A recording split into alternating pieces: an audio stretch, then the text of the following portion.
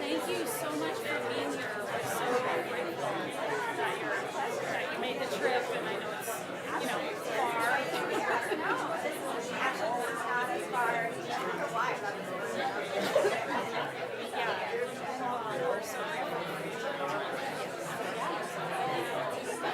Have you been here before?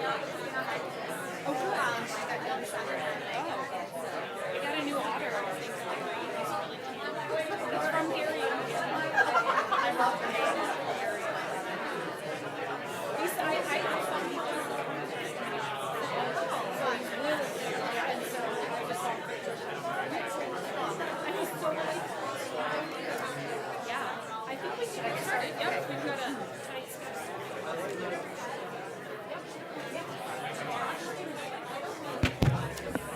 All right, I think we're going to get started.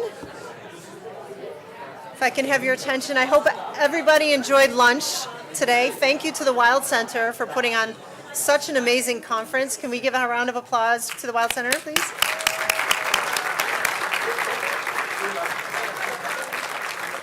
Great. So it is my pleasure to be able to introduce Kisha Santiago, who is the Deputy Secretary of State for Planning, Development, and Community Infrastructure at the Department of State. Kisha is at the forefront of advancing sustainable, equitable, and resilient development to improve climate resiliency and protect and restore the state's coastal and oceans ecosystems. Kisha oversees so many programs at DOS: the Downtown Revitalization Initiative, New York Forward, Smart Growth, the Brownfield Program, Local Waterfront Revitalization Program, South Shore Estuary Reserve, and the Coastal Lakeshore Economy and Resiliency Initiative. Just a couple things there. So we're really excited to welcome you to the North Country, Kisha, and thank you for making the trip. So everyone give a round of applause, please. Hi, good afternoon. This is a really beautiful space. So thank you so much. So happy to be here. There's so much that's always going on in the North Country, and resiliency in the North Country includes so many different aspects that I think people in other parts of the region really sleep on. So it really is wonderful coming out here because you really are at the forefront of so many different impacts, but also caring so much about the environment, caring so much about your communities, and it's always so apparent. I'm also joined here by Peter Zimmer, who's with our local waterfront revitalization program, Elizabeth Mogus-Garcia and Liz Cohesi, which are with our Ocean and Great Lakes program, and I just want to point them out in case at any point anybody wants to talk about our programs. The collaborative efforts of ACORN in collaboration with Paul Smith College, the Wild Center, and the Adirondack Research Consortium to tackle climate change and elevate opportunities are truly inspiring. This type of community-driven resilience aligns perfectly with the work that we do and that we champion at the Department of State. Climate and resilience is a major focus for the Department of State across all of our programs and all of our offices. And we're committed to providing communities across the state with the resources that they need to understand climate risks, identify opportunities for resources that are needed and investments, and implementing solutions, whether they're implementing resiliency and smart growth principles into community planning and development, or developing coastal risk assessments for our coastal communities. We also support and implement renewable energy projects that support energy reliability and opportunity and greening our maritime ports. New York State understands that climate disasters are happening and affecting all of our neighborhoods, our businesses, and our community resources. This is why climate resilience currently is and will continue to be a priority for our state. And our mission at the Department of State is to help reinvigorate the state's economy and make its communities more livable and resilient. The department's divisions, committees, and commissions provide a vast array of services to make New York State's communities more resilient, progressive, to improve the lives of residents. And so many people don't quite know what Department of State is, so we literally just have the motto, that opportunity starts here, because we do want to help folks navigate throughout the different state agencies and resources and programs, especially in our role as the state's planning arm.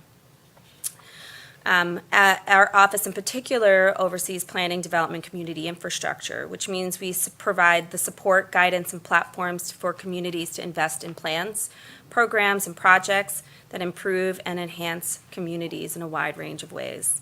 Several of our objectives are centered around ensuring continued waterfront public access, mitigation of high water impacts and flooding in storm events, and developing smart climate-friendly ways. These all lead to long-term economic, climate, recreational, and social viability for our communities. We also embrace the opportunity to integrate our climate impacts into our programs and work with key partners like Maureen, Leddy, and Suzanna Randall from the Department of Environmental Conservation, who are going to be presenting after me, and also in producing implementation guidance, such as our model local laws, to increase resilience and integrate smart growth principles to better protect our investment in public infrastructure. And even though we do put out funding in different rounds for direct grants, we're also available to take community members' calls and local organization calls if you're not really sure what you should be applying for, but you have a sense of where you want to go and need some help in developing that further. We serve as the planning arm for the state, where each of our programs follow a community-based plan, then implement approach. And as I stand here at the Wild Center located within the North Country, I want to take a moment to recognize the great work that you have all done, advocating for your communities as you develop projects to enhance your waterfronts, revitalize your downtowns, and promote sustainable development. Within the North Country region, there are 4 approved local waterfront revitalization programs, including the town of Balton, town of Essex, town of Wilmington, and the village of Saranac Lake. With those LWRPs in place, those communities are able to apply for a wide range of implementation grants that is reserved for communities that helped LWRPs. So if you're not listed in one of those communities, I do recommend that you look at our next funding round and apply to come into the program. We also have Downtown Revitalization Initiative recipients included in Lake George, Ticonderoga, and Tupper Lake Uptown District. By revitalizing your waterfronts, downtowns, and municipal centers, these programs contribute to building the resilient communities that can better withstand climate impacts. We're actively embedding climate resilience within all of our program areas. We have a new climate director that just started, who is from the Finger Lakes region. And in addition to that, we also focus on reducing greenhouse gas emissions, which is a major cause for climate change, tiebacks to our community and economic development programs and our goals. The buildings, roads, ports, and coastal communities that we support in revitalization efforts are all touched with climate infrastructure to support those communities for the long term. How we build and redevelop those assets is significant in our efforts to reduce both emissions and increase energy efficiency, expand renewable sources, all with an edge towards affordability in the long run. And enhancing carbon capture and mitigating harmful effects of pollution on all communities will create healthy and cleaner communities for all. It's also embedded in our smart growth principles to promote sustainable, efficient, and community-focused development, and that it permeates all programs and touches as a requirement for all state agencies to implement. Especially within our Downtown Revitalization and New York Forward program, where we reinvest in New York's downtowns and municipal centers. And while those programs are really focused on economic development drivers and sustainable communities, because resiliency is embedded in all of our programs, they're embedded in those programs as well. And that comes without any forced direction. That, in fact, is just embedded within our programs and our overall mission statement. Resilience and adaptation planning is so critical to the long-term economic, climate, recreational, and viability of our communities. We sort of stand on that as a platform, especially when we're meeting with other agencies or entities who that may not be their focal point, but it needs to be their focal point because, without those elements, a lot of those investments may go to waste. Planning for climate resilience and adaptation is more effective when communities are engaged in a transparent way and understanding the wide variety of climate impacts that each New York State community must face. Most of us must remember Hurricane Irene, of course, in August 2011, with its heavy rainfall that caused extreme flooding in the Oswego River, damaging residential, commercial, and municipal buildings. 24 homes were destroyed, and Upper Jay's Town Library and the town of Keene's fire station were all damaged. Our Department of State planning staff supported the New York Rising Community Reconstruction Program, and the state funded the construction of a new firehouse in Keene, which was built on higher ground to protect against future flooding damage, among other projects. More recently, in early July 2023, an extreme rainstorm caused significant flooding, bridge washout, and road closures throughout large parts of the Adirondacks. The key in moving forward is, of course, to develop adaptation strategies that are tailored to special regional climate risks, making flexibility and innovation a key to resiliency. And that's why it's so important that people like you all are gathering regularly to talk about both what the challenges you face in your region are and what the solutions are that are appropriate for your region. While resiliency projects are a major component of the state's commitment to climate resiliency, we can't rely entirely on building our way out of climate risk and vulnerability. And so we also need to embed the principles of resiliency into all relevant local government operations, policies, plans, and ordinances.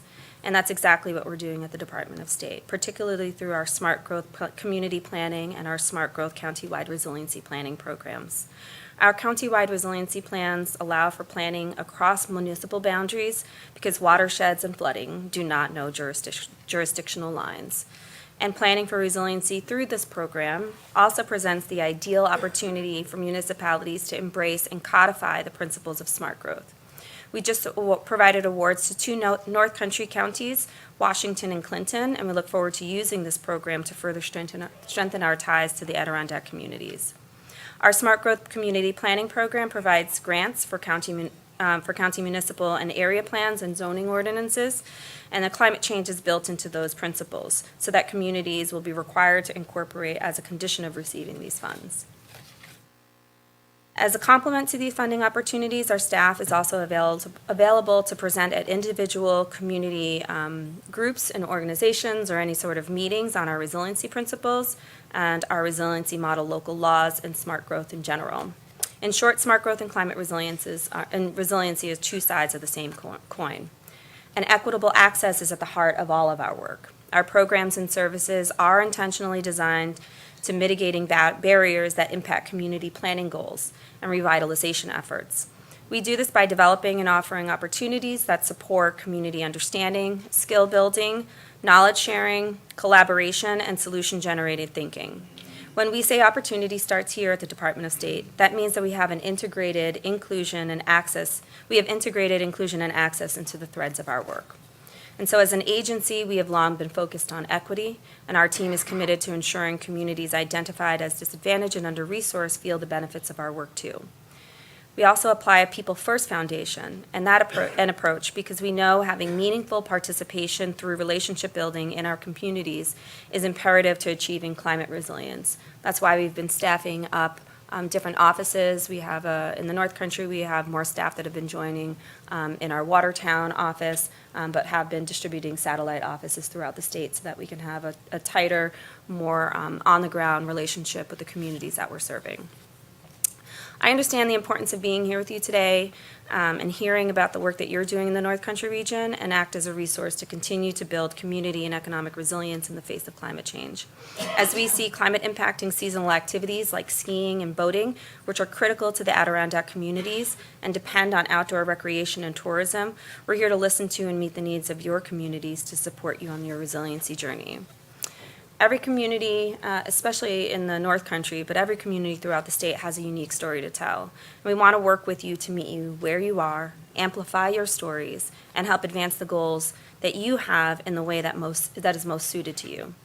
It is important to have spaces like this to unite a wide diversity of perspectives and share information, meet others, and walk away empowered to act. Today, as you continue to listen to the various sessions on regional climate challenges and solutions, Please keep in mind that the Department of State currently has a terrific funding opportunity, which was announced by Governor Hochul this week and will be echoed, I'm sure, by my partners. The New York State Environmental Bond Act has made available $4.2 billion in environmental and community projects, and the Department of State has 2 Bond Act funding programs out right now, $20 million for the coastal rehabilitation and resiliency projects, and $15 million for inland flooding and LWRP implementation projects. So again, if you're not in an LWRP community, we're starting the process now/soon. And your region's approved LWRPs not only provide eligibility for local waterfront revitalization projects, but are an excellent source of inspiration for restoration and flood risk reduction, including for your neighboring communities. Applications can be submitted through the New York State Consolidated Funding Application, which are due on Friday, June 6th. We'll also be hosting a webinar, and I'm sure my partners will be talking more at length about that. So in closing, I just want to thank you all for allowing me a little bit of time on your agenda to speak to such a great group. Again, I always find that the North Country community members and leadership are so extremely well-informed, so diverse in its thinking and innovative in both its practices, but also in the way that it partners with its neighboring communities. And I really want to commend you all on all of that, and then also ask that you remember the Department of State when you're trying to figure out what some of your next steps might be. It may not be ending with us at the Department of State, but it certainly can start with us, and will help guide you in the right direction. Thank you so much.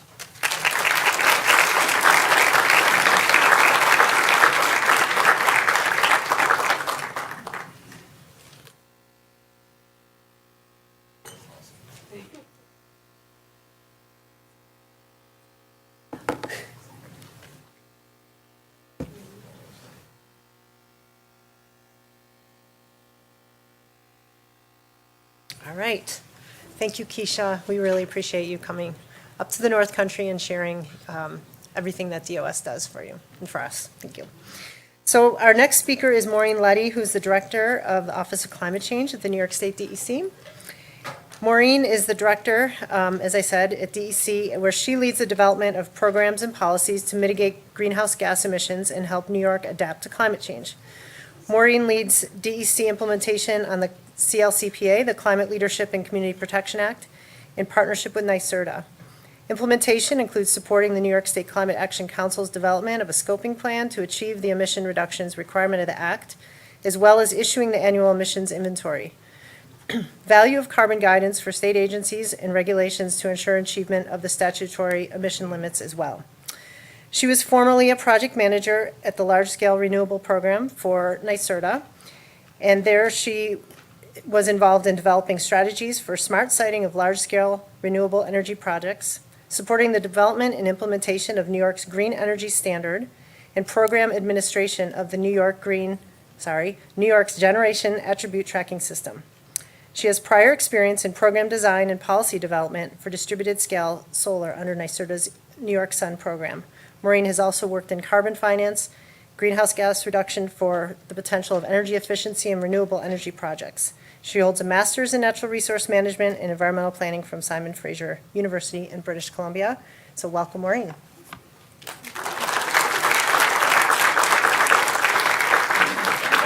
Thank you so much. Thanks so much for having me here today to speak with you and join you in this lovely event.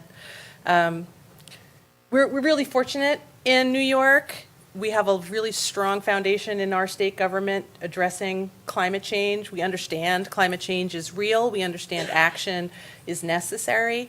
And we do have a very strong collaborative effort across all state agencies to do things, to act. I'm going to talk just a little bit about some of the things we're doing at DEC, but this is really just, the tip of the iceberg. There's so much going on across state government to implement the CLCPA, to work on adaptation and resilience. Kisha mentioned a lot of things that DOS does. That's another state agency. There's just so much. And I'll be cognizant of time because I want to make sure there's time for this really engaged audience to have questions. So I'm going to talk a little bit about the CLCPA and some of the climate regulations that we've recently promulgated and other initiatives that are on the horizon. Also, very importantly, the environmental justice citing law, which was passed last year and is rolling out in implementation and is very impactful. And then some things that are on the horizon. And then Suzanna will speak about the really, really important, impactful Bond Act. So, as was mentioned in my introduction, one of the things the CLCPA tasked DEC with is publishing the statewide annual inventory of greenhouse gases, looking back from 1990 up until the most recent year where data is available, which is 2022. And this is helpful for us to look at trends, where things are going, so we can understand how the progress that we're making. And obviously we had a dip in 2020 and some of the following years related to decreased activity, particularly in transportation related to the pandemic. But you can see we're making progress. We are reducing emissions. Another important thing in CLCPA that DEC is very strong is this part of CLCPA called Section 7, which applies to all state agencies and relates to our decision making. So that our administrative decision making in terms of very, very broadly across all state government needs to consider the impact on emissions. Amongst other things, we have to look at our own operational emissions, the impacts of our decisions on the emissions reductions required by the Act, and we also have to look at our decisions in light of impacts on disadvantaged communities. So DEC has been taking this very seriously and implementing Section 7 in our permitting decisions, making tough decisions where it is inconsistent with the law to proceed with a certain decision. Just recently, the State of the State this year was very powerful, strong message around energy and environment as priorities of the governor. She has in her executive budget a $1 billion Sustainable Future program that's investments in building improvements for energy efficiency and heat pump adoption, clean transportation. It's a huge, massive commitment of funds to help us get where we need to go. There was also commitments of funding for water infrastructure projects and a commitment to the state Superfund program. So there's a lot of strong support coming out of the governor to do good things for the environment and for climate. So some recent regulatory actions coming out of DEC that advance our climate priorities are the Advanced Clean Trucks and Advanced Clean Cars. These are regulations modeled after regulations in other states that put requirements on the sale of vehicles to be zero emission by certain dates. We also did a revision to our Part 490 sea level rise regulation. We're required to revise that every 5 years, so that's got the most recent science that builds upon work from NYSERDA's climate impacts assessment, which I think you heard about this morning, taking good data from that work to put in revised sea level rise predictions. We also finalized 2 regulations at the end of last year, one that limits hydrofluorocarbons and sulfur hexafluoride. Those are fluorinated gases that are very potent greenhouse gas pollutants. And we always have our Climate Smart Communities program in the Office of Climate Change that's doing great work in communities. So talking about these F-gas or fluorinated gas regulations, these came out of the Office of Climate Change. There was a Part 492, which is hydrofluorocarbons, there was a original regulation done in 2020. This is an amended regulation that expands the scope. HFCs are common refrigerants. There are alternative refrigerants out there that aren't so impactful on climate, and the regulation sets a transition in time to reduce, step down from the most damaging to the least damaging to a future state where we have very few of these potent HFCs in our refrigeration. We're not the only state that's doing these things. This is mostly modeled on federal action under the EPA's Technology Transitions Rule. But we have a backstop here in the state of New York to go where the technology transitions, where the AIM Act needs to be. And we also regulated, so here's some HFC uses like commercial refrigeration, AC and heat pumps, different foams, propellants, solvents. There's the ice rink at the Empire State Plaza. SF6 is primarily used in transmission and distribution infrastructure. And then there are some smaller uses in medical industry and in semiconductor. So this SF6 is in electric switchgear. So that's that alien-looking thing there in the bottom corner, where it's a really good conductor. It's arc control, but there are other methods or other ways that you can run this equipment, particularly with vacuum. So this is a regulation that the New York State has in place now to also transition away from sulfur hexafluoride particularly in the transmission switchgear. And it's also, again, a transition over time, stepping down away from these pollutants to alternative, cleaner, less environmentally damaging methods. So we talked a little bit about these two. There's registration and reporting that's also required, so we get a better understanding of what's going on there in the world, so we can keep track. The Environmental Justice Citing Law.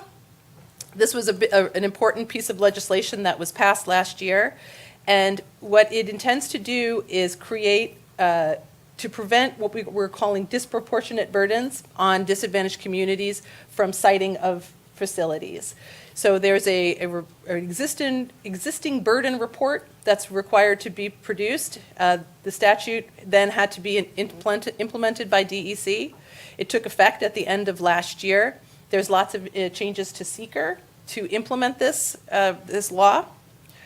There were revised seeker regs and seeker forms that were put forth as proposals by the department earlier this year. They're currently out for public comment.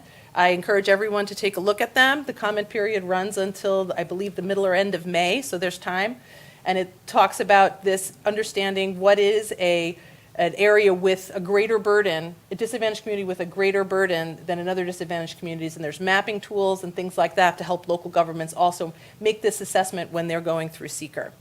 That's just step one. There's other things that have to happen to fully implement this law, but that's one that I really hope you will take a look at and hope to review and provide your feedback on it. So some forthcoming items.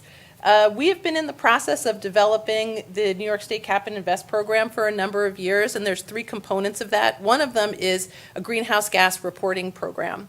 It's very important for us to understand what the sources are of greenhouse gases. A lot of the work that we do on our annual statewide inventory is usually using federal data sets or other factors that we scale down to New York State levels, but it's not a lot of individual facility emissions. Where we have those, we do use them, but we don't have them for every source.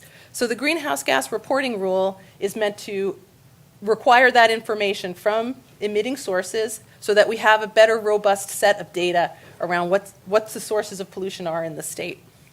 And there's also the recently passed Climate Superfund bill. So the mandatory greenhouse gas reporting program, there are thresholds in place for certain sources that need to report their emissions if they are over a certain activity, like so much fuel sold or so many tons of greenhouse gases emitted per year. It doesn't necessarily mean you fall into any sort of requirement under the Cap and Invest program. It's a data collecting and understanding the landscape type of activity. If you're obligated under the Cap and Invest program, that's a totally different threshold level. It's a totally different level of emissions that would be covered under that, and different sources would have different obligations. So these are things that are under development that the governor directed us to put this greenhouse gas reporting program out this year. Nothing has been proposed yet, but we hope to have something on the street very soon. So there's different sorts of threshold categories around the emission sources, like what type of source, how much emissions it has, or certain types of operational activity. Like if you're a landfill, how many tons of municipal solid waste do you take in per year? Since some sources are not directly measuring emissions the way you would directly measure emissions out of a smokestack, but you can measure emissions based on activity times emissions factors. And the Climate Superfund. So the governor signed the Climate Superfund in December 2026. There was a lot of revisions that were done, and that revised bill was passed just recently. So that final bill is out there. The intent of the Climate Superfund is retrospective. It's to look back in time at pollution that happened in the past and to collect funds related to damages that pollution causes. It seeks to raise $75 billion over 25 years from these responsible parties. They are large, really large emitters, so over 1 billion tons of emissions from 2002 to 2024. So again, it looks backwards in time. And those funds are in the lawsuit filed by states against New York State, and there was recently a lawsuit filed by business interests against New York State challenging the constitutionality of this bill. So we'll have to understand how that will evolve over time. And then the Climate Smart Communities program is a very active program in the state of New York. A lot of communities in the North Country participate, obviously very active in the Hudson Valley, as you can tell by this map. It provides recognition for communities, for taking actions, taking a pledge and taking actions within your community to reduce your emissions, to adapt to climate. And there's a grant program. You don't have to be a registered climate smart community to qualify for the grants. The grants are open to any community in the state of New York. But this shows you how many actions they've completed, how much diversity across the state of participation in the program. DEC also has a municipal zero emission vehicle program. We provide grant funding for vehicles and for charging infrastructure at municipal facilities. The infrastructure needs to be available to the public.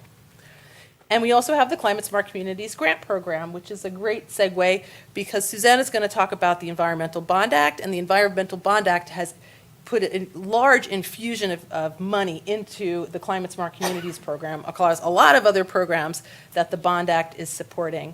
But the Climate Smart Communities grants do adaptation and mitigation projects outside of the power sector. That's what our guiding statute says we can work on. So we do alternative transportation, micromobility, we do refrigerant management, organics management, composting at municipal level.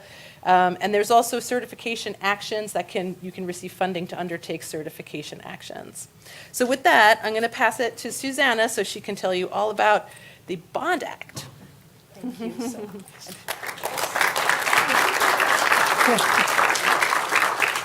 Thank you, Maureen, and I'm sorry, I should have introduced you both. Anyway, so Suzanna Randall is DEC's first ever Chief Resiliency Officer, which is really exciting. Suzanna is building DEC's Bond Act office and is serving as the agency lead on developing and implementing all major components of the Bond Act, ensuring that the federal funding for resilience is coordinated and tracked with a manner consistent with state priorities. In her role, Suzanna supports and coordinates the efforts of multiple divisions to improve community environmental and ecosystem resilience across the state through the Bond Act and other state and federal investments. In addition to managing and tracking state and federal investments, Suzanna focuses on maximizing state and federal funding to help mitigate the impacts of climate change and ensure that we are working with nature to protect our communities and habitats. So, welcome, Suzanna.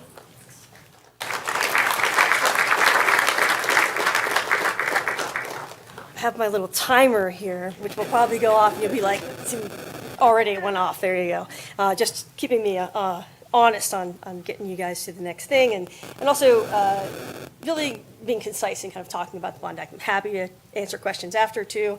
So I'm going to give you the whirlwind tour of the Environmental Bond Act. Just really quick, before I launch into it, how many folks are familiar with the Environmental Bond Act? Okay, of those, okay, keep your hands up, we're going to do a little test here. How many of you have read the law itself? Okay, all right, that's what I thought. That's okay, it's all good. There's no judgment. It just gives me a gauge on the room because I think the devil's always in the details of things, right? And so I want to point that out. There's a really handy link when I get to the end. You'll see our website. There's a lot of great information on it, but there's links to sign up for updates, which I'm going to shamelessly plug now and again at the end. And I'm going to plug reading the Act, right? Understanding what's in there, what we're able to do with the Act, because that's really been, that's what my life has kind of taken on, is like, how do we actually implement the law? How do we actually spend this money and get it to communities to help them become more resilient, help them protect their businesses, their homes, their residents, and really help really support New Yorkers across the state. So as you know, it's really big letters up there, $4.2 billion. We've obligated, when I say obligated, so that's either pushing into grant programs that are on the street, and Kisha talked about a couple programs that I'll touch on again, or it could be committed funds where we've awarded funds. We've obligated $1.5 billion of the 4.2 to date. That's as of Monday this week. We hit 1.5. So I think that's really exciting. I haven't been here that long. I'm on a spending spree, kind of, right? It's fun, right? So there are 4 broad categories in the Bond Act. Climate change mitigation. There's some things that are explicitly called out in the Bond Act, like we're going to spend $500 million on electric school buses and charging stations, right? there are things that are not explicitly called out that are more like Hunger Games, like paragraphs of things of, you can spend it on these 3 paragraphs, in which case it's how do we prioritize that. And so the way that we've been doing that is we have multi-agency stakeholder subcommittees that work together to kind of say, okay, what are the needs? What did we hear on our whirlwind tour around the state to get feedback from all of you and others around the state to understand how do we spend this money that voters approved? And that's really key, right? Voters had to vote on this and say, we want the state to borrow money and spend it on these types of projects and on these interests. Am I talking too fast? No. Okay, all right, just because as I'm trying to get things in, I might go, woo. So I'm going to show a couple examples of projects that are kind of North Country examples in a second that are really from the restoration flood risk reduction category. There's also water quality, resilient infrastructure, so things like drinking water, wastewater. We've actually awarded $200 million in that category already. Open space and land conservation recreation, we're hopefully rolling out some programs in the coming months in that category. And then there's $300 million that can go in. You can see there's a little asterisk on the end. The way that the Bond Act is structured, hence why I asked if you'd read it, is the language says up to or at least for different categories. So I can spend up to $1.5 billion for things in that climate change mitigation category. But I have to spend at least $650 million or at least $1.1 billion for those 2 middle categories. So that's really important. So as we move forward and spend down those funds and then identify key initiatives with which we want to plug additional funds into, we'll do that. Did I get the right button? I did. So I really went for the splashy. Kisha talked about planning, and that is so important, right? You got to have a game plan so that you can say, okay, I know that this project is feasible. I have my 30% design. I know we can do it, and then shop it for the money, which is the Bond Act, because it's all capital dollars. And when I say shop it for the Bond Act, you're not actually going to call me or some Bond Act website where you say, let me apply for Bond Act funds. It's going to be through existing grant programs and new grant programs and other initiatives that we move money out the door. And part of that is, some of you are familiar with some grant programs, right? And you're comfortable with, you have relationships, you understand how to navigate their application, their payment process, reporting, all of those things. And that's really important because we want to capitalize on that existing knowledge and that existing capacity. But then there are other areas where we really need to develop new portals or pathways to get money out to projects, right? Where maybe you don't have any full-time staff, or maybe you don't have a lot of match. How do we start to address those needs? So these are all things that it's part of why it's not all out in 1 year. We're working through addressing the needs that we hear as we bump into them and adjusting as we do different rounds. So this is a project, this is actually, does anybody know this site? Test, because it's not too far from here. Yes! Woohoo, you win! Oh, hey! Well, there's one of our project partners. This is Rome Dam, and what did we do? We took it out. It's gone, right? So this was a 35-foot tall, high-hazard dam that was failing. It was in bad shape. They did the study, right? They did the research. They looked at what were the options. And this was actually, Kisha had mentioned the New York Rising Community Reconstruction, which ultimately got administered by the Governor's Office of Storm Recovery, which I came to DEC from. This was one of the projects that we implemented. But it's about resilience, about how do we restore natural systems to protect us. Oh, I'm sorry, I keep wandering from the mic. You guys hear okay? Okay, all right. Oh, gosh. Oh, sorry. Sorry, live stream people. So there's a little chain underneath here. So it's about how do we implement projects? How do we start to get that plan ready, right?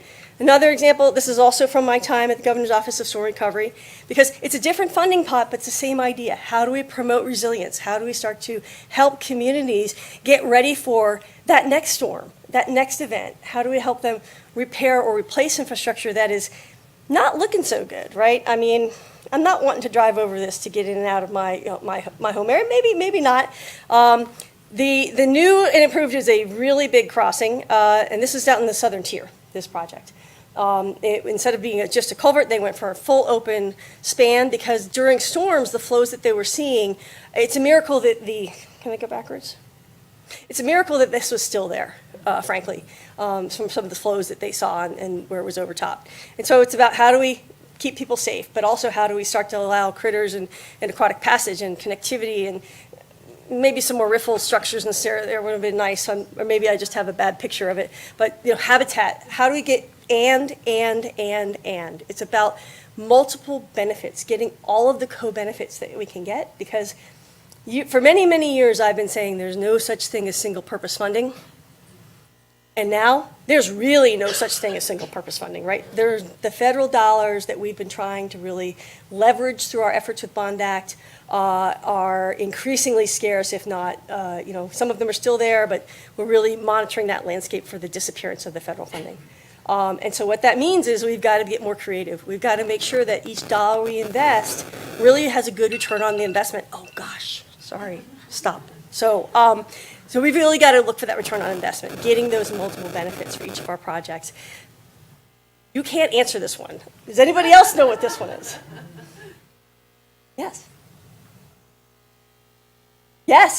Yes, awesome. It's the East Branch of the Ausable. So I showed you the West Branch, now I'm showing you the East Branch. This came out of, another plug for DOS, out of a planning process, right? They had a game plan. They looked at the entire stretch of the East Branch of the ACORN through the town of Jay, and I know they're continuing that work up through Keene now. But they looked at, this was really focused on, I'll go back one, they had, can anybody describe what they see is happening here, why it might have been problematic? Shallow. And what happens in shallow in the cold? Somebody can do like the ice, ice baby dance maybe, right? Ice, right? And what happens? We have ice. Bingo. And what happens then? Exactly. And so how do we start to restore the energy into the system? How do we start to create more habitat structures? How do we make healthier streams that really do what streams do, which is carry water, rock, cobble, debris, sediment. They carry all of that through the system. They don't just pass water. And so it's how do we start to create these healthy, vibrant systems that in turn support resilience, not just for us, but for the habitat and the critters and across the entire ecosystem of which we're part, right? We are part of that ecosystem that we inhabit. So I talk about resilience because I picked one because I knew we didn't have a lot of time. I'm happy to talk about other categories that can help or that you have curiosity about. Kisha did mention we announced $80 million in grants. If you have a project that is like what is it when you like hit all three? There's a triple crown, there's some other, the trifecta, that's what it is. So what we did was the teams on these, it's really a hats off. I think, I don't think that was a pointer, but thankfully it didn't mess me up too bad. The first three blocks, if you have a project that, oh gosh, sorry. If you have a project that it has a resilient New York stream study or equivalent, so you've done the HECRAS modeling of your that watershed, that tributary, that riverine area, that happens to be in the coastal resilient map, and that's available on the DOS website, or has a LWRP, you could apply to all three programs with one application answering basically the same questions. We tried to really leverage the strength of the consolidated funding application so that instead of going from here for all three, you're going here for all three funding programs. So we're trying to make it easier to come in for funding. But certainly it means that if you have one that meets one of those, certainly we encourage you to apply. If you have questions about those, grab me afterwards. There's also the electric school buses, which I mentioned. And these are a sampling. If you go to our website now, this is just below the stay updated. You'll see funding available, and those 4 cards are what you will see. So we redirect you from the Bond Act website to other funding opportunities where they're actually hosted, to the agencies that are actually administering those funds that we push into their bank account, so to speak. So with that, shameless plug again for sign up. Under the resources, you can read the Act. You can also see our annual report, so you can understand what we did in the first year. We'll be working hard on getting the next annual report out by the summer again, which is when it's due, and telling you the story of where all the money's going and what we're accomplishing. And there you go, in a nutshell.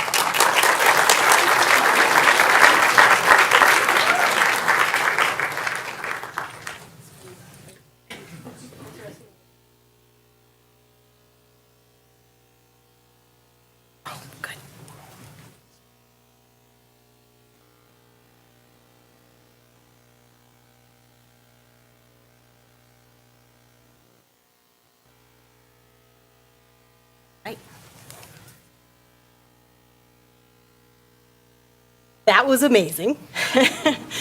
I am Sunita, Halasz, the project coordinator for the Adirondack Climate Outreach and Resilience Network. And if you are feeling like me right now, I'm so happy to be a New Yorker. Thank you so much to Kisha, Santiago, Maureen, Leddy, and Suzanna, Randall.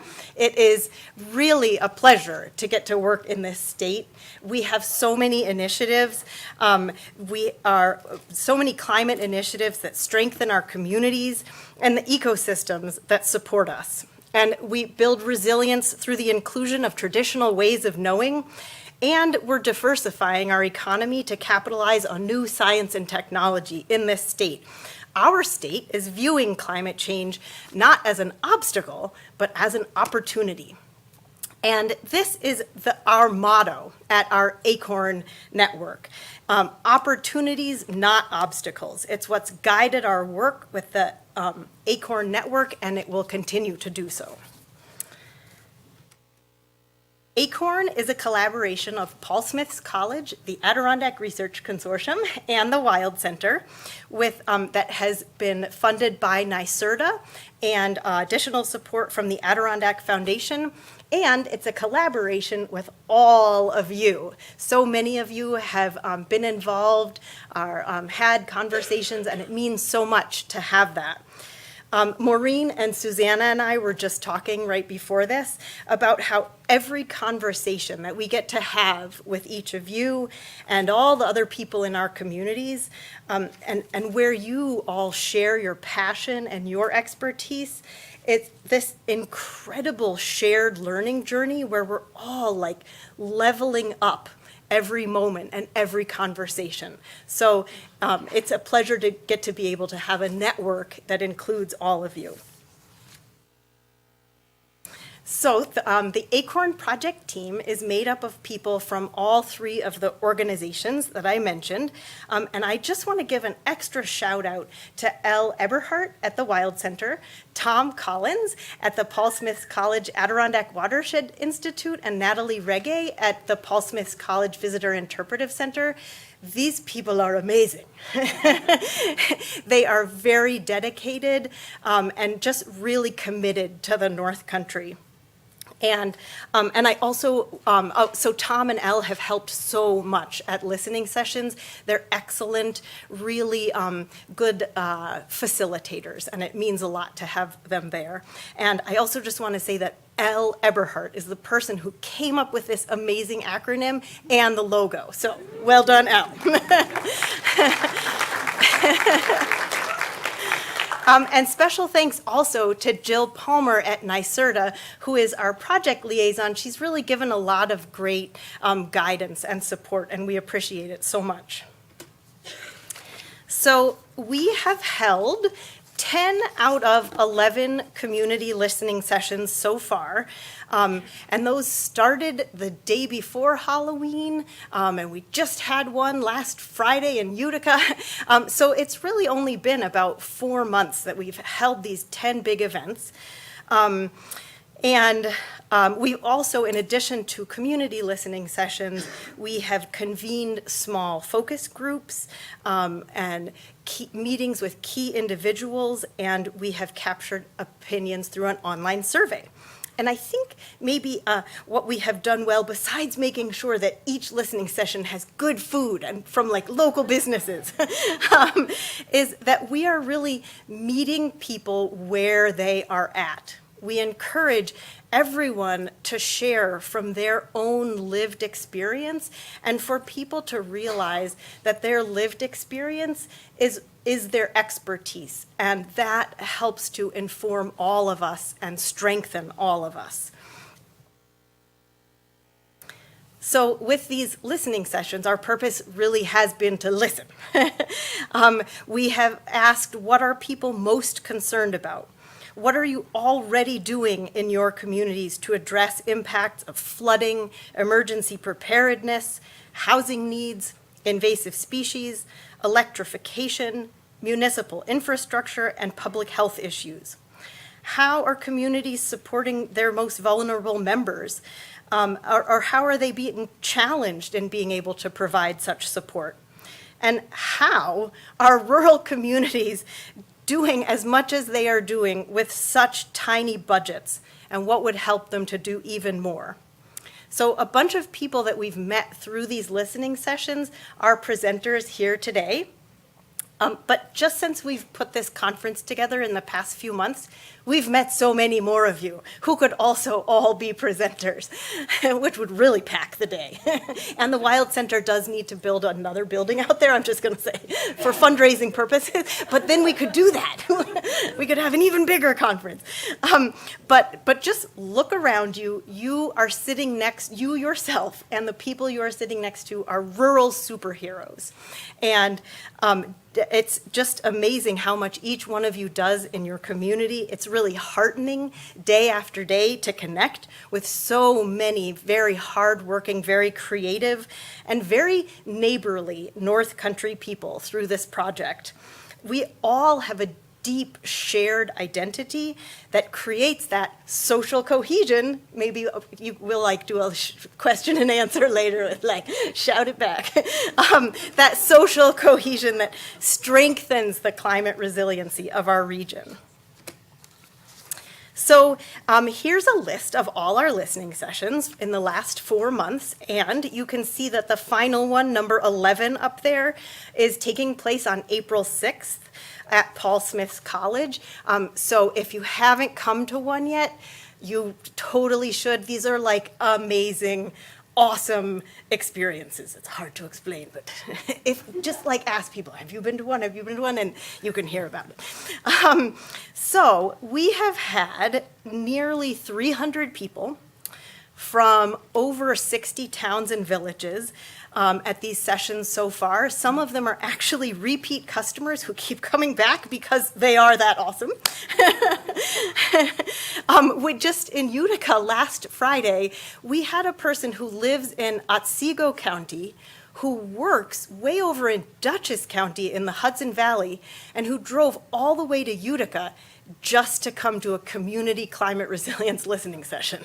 So we've clearly been serving a need, much more so than we even realized about, when we started this about a year ago. So another impressive statistic is that we have had in-depth focus group conversations with nearly 90 stakeholders. And this is all just in months. It's a very short amount of time, but everybody wants to talk about this. Interestingly, I'm going to put in a plug for our online survey. We have had 270 respondents to that. It only takes 5 minutes to do, but it's still less than the number of people who have come to our listening sessions, which are 2.5 hours long. So clearly, Northern New Yorkers really want to get together, but please do fill out that survey. So from this outreach, we are developing the North Country Rural Resilience Roadmap to identify climate-related needs and community-driven solutions with the hope that this report can be used by all of you to strengthen the rural voice and secure increased funding and investment for North Country communities. So I'm just going to have a quick sip of water, but I'm going to tell you about things that we've heard, some themes that we keep hearing so far in our listening sessions. So there are about 4 major points that keep coming up no matter the geography. So region-wide, this is what we hear. The first is flooding and culverts. So I think when I share each of these 4 regional themes, they may not be such a surprise, but it's still good to know what these are. So as you all know, extreme rainfall is at a volume and a frequency that we haven't experienced historically. And it comes at a great expense to property, to roads, to forestry and agriculture and tourism, which are all economic sectors that are so important to the North Country, as well as health and safety. Flooding is a budget buster. It's catching our local towns and villages way off guard. And one of the primary actions of flood mitigation is the right sizing of culverts, which is a tremendously expensive fix if you're going to do every culvert all over the North Country, which is kind of what we need to do. But it's so necessary, and it is a so frequently identified need over and over and over again in communities. Secondly, we keep hearing about the lack of seasonal predictability causing tremendous economic disruption in tourism, in forestry, in agriculture, and it also is a shakeup, as Kurt talked about this morning. It's a shakeup for our North Country cultural identity. We think of ourselves as winter people. We think of ourselves as cool weather people, and that loss of identity that wasn't like our choice is really disruptive to the communal psyche. And similarly, in the healthcare world, they report, of course, higher incidences of vector-borne illnesses. And the thing that surprised me in particular was a huge increase in visits to the emergency room because of ice and freeze-thaw cycles. And it wasn't something they were prepared for in the emergency room, and it's still kind of a surprise. Third, you probably could have guessed that this would be on the list. Lack of affordable climate resilience housing. This is a huge topic, no matter where you go, whether you're in a tiny town or a larger city like Plattsburgh or Utica. People mention the aging of the housing stock, the need for upgrades like insulation and heat pumps, the lack of available contractors, and reduced insurance coverage. There is also a lack of state programs for low to middle income housing upgrades, particularly for the older homes that we have in the North Country that may be contaminated with lead or asbestos, like my own home, which disqualify homes from qualifying for those funding programs. And then in addition to the housing weatherization kind of related needs, the lack of affordable housing has another major climate-related ramification, which is workforce. So even when there are good jobs to meet local and regional needs, whether they're climate needs or other needs, and even when there's money to pay for those jobs and the expertise to fill those positions, the housing just isn't there. And we all have a story, I'm sure, of it either happened to us or someone we know. So it upsets me, that disconnect. So I will note, actually, that in our listening sessions, people haven't been mentioning housing pressure due to climate migration. And this is either because it hasn't been as big of an issue yet, or communities really welcome the potential population increase, but only time will tell. And then, this is one that comes up over and over again that we weren't expecting to see: the lack of a place at the decision-making table for rural voices. A feeling that on the part of rural people of being overlooked because of our small, geographically scattered municipalities that can never be as squeaky of a wheel as a larger city. But we do have a lot of really smart people, so there should be rural voices at that table. And then I'd like to just address some locally specific themes. This is kind of fun. So I found it very interesting that invasive species aren't really talked about much outside of the blue line. And my theory is that invasives have been so endemic for so many decades outside the blue line that it's hard to remember prior intact ecosystems. In the higher elevations of the Adirondacks, they also aren't talking like so much about invasive species, maybe because they still have intact ecosystems. But when we did our listening session in Warren County, at the Town of Chester Town Hall, everyone, no matter what sector or discipline they were from, everyone mentioned invasive species. And it was like eye-opening because I hadn't heard it yet up to this point. And I think it's because Warren County is at the forefront of this northerly migration of invasive species, and they're seeing it. It's just, in the last 15 years, seeing that change right before their eyes. So I think, that's an interesting case study. Okay, another difference in the Adirondack Park versus outside of the park was about wetlands that people have brought up, wetlands and flooding. So in the park where wetlands are regulated by the APA down to 1 acre, there is little to no talk by participants in bolstering wetland protection for flood mitigation. But outside the park, this is like what people talk about constantly. And it's a huge thing to hear the two different sides of the blue line talking about this or not talking about it. And then third, electrification. Again, communities outside the park are talking a bit more about electrification than inside the park. And so far, this conversation, though, is town by town regarding solar farms, wind farms, hydropower, and battery storage. But the concerns about siting, as well as the hopes for these new technologies, are ubiquitous throughout the North Country. So right now, the conversations are being had almost too locally, and the larger conversation needs to be had regionally.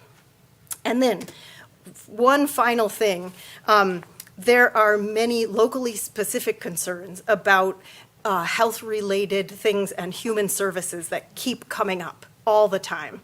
These include drug abuse, unhoused people, food deserts, lack of access to medical specialists, lack of public transportation, creating economic hardship, strong need for municipal water and sewer expansion in hamlet areas, the expansion of volunteer and paid emergency responders, workforce development, safe housing for older adults, and far greater access to mental health services across the board. This comes up in every listening session.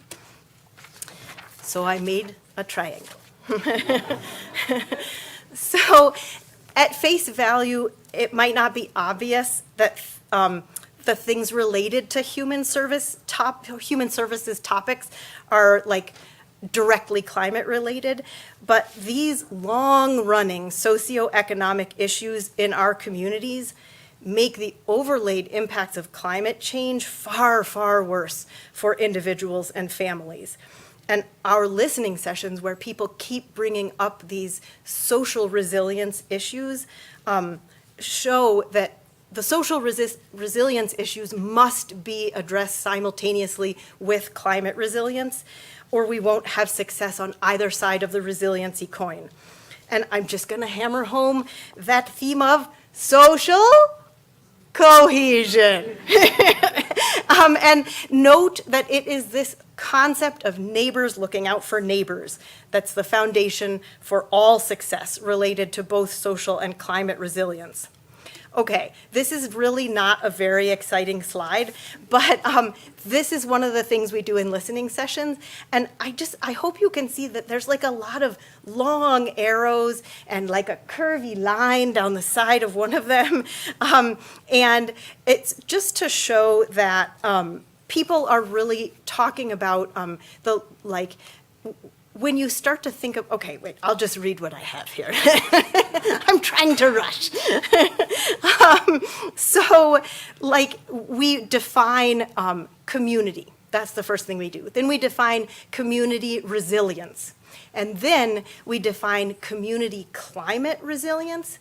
And each time we see how these words change our way of thinking. And when you get to community climate resilience, all at once, you have to draw the long arrows and the curvy line. It says river of intergenerational cooperation.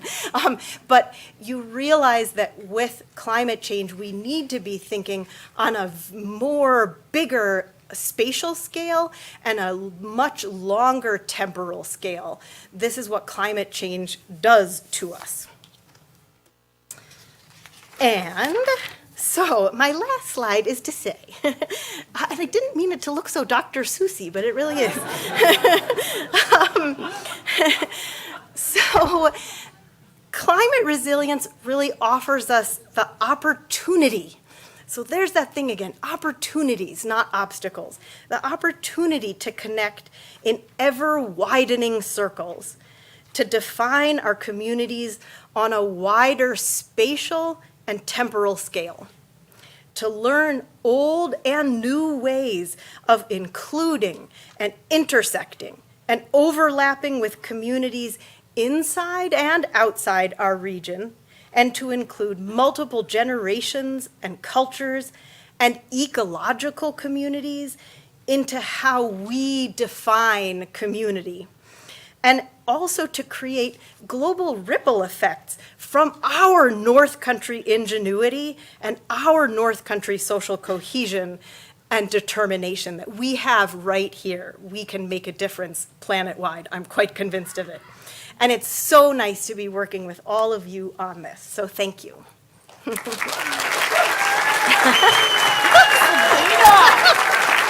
think you should run for Congress. Okay, thank you so much, Sunita. That was an awesome share out about this project and work.